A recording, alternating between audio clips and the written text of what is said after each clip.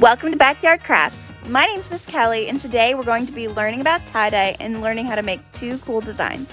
First, what is tie-dye?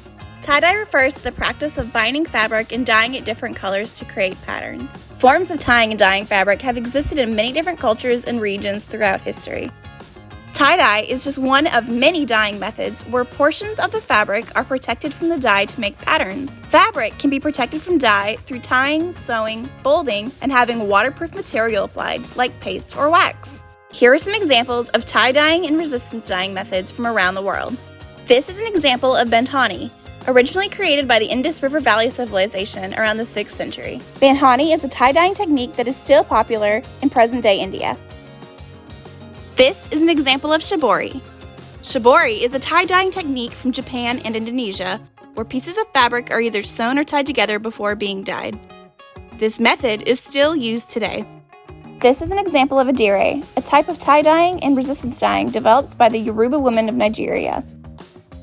This is an example of bladruk, a method of resistance dyeing from the Danube region of Europe. This is an example of batik, a method of resistance dyeing from Indonesia. And this is an example of tie-dye, how we're used to seeing it here in America. Tie-dye became popular in America as early as the 1920s. During the Great Depression, people tie-dyed fabric as a means of recycling it. This image is a costume design from a 1938 play, and it shows a woman wearing a tie-dye dress. Tie-dye became popular in America again during the 1960s and 70s and is closely associated with the hippie movement. Since then, tie-dye has had moments of popularity in America during each decade.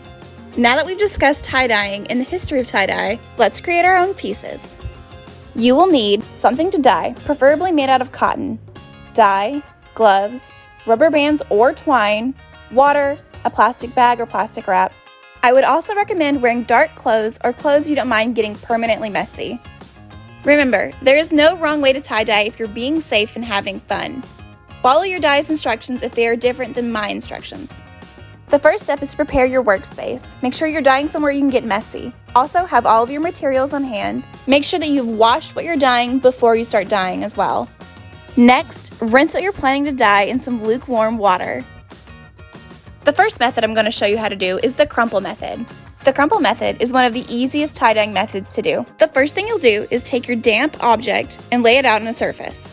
Then you'll take your hands and scrunch it up like this.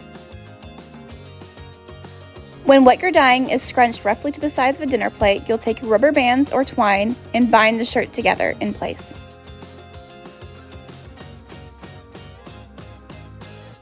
Once your object is bound together, then it's time to start dyeing.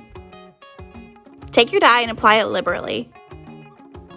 The crumple design is one that will leave a lot of white space if you do not apply a lot of dye.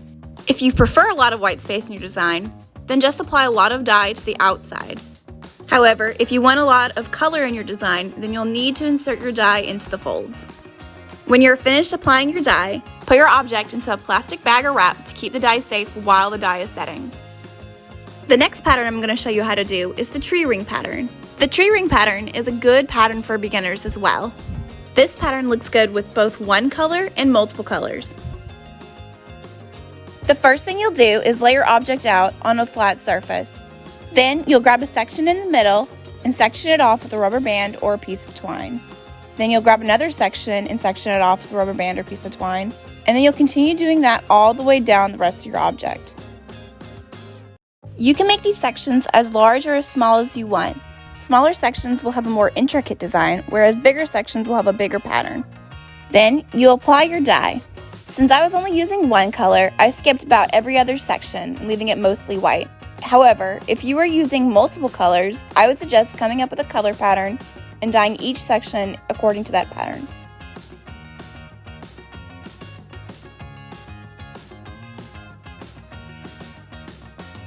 When I finished dyeing the solid parts, I went back and added more dye to the white parts to make it just a little bit more interesting looking. When you're finished adding dye, wrap up your project or put it in a plastic bag to protect the dye while it sets.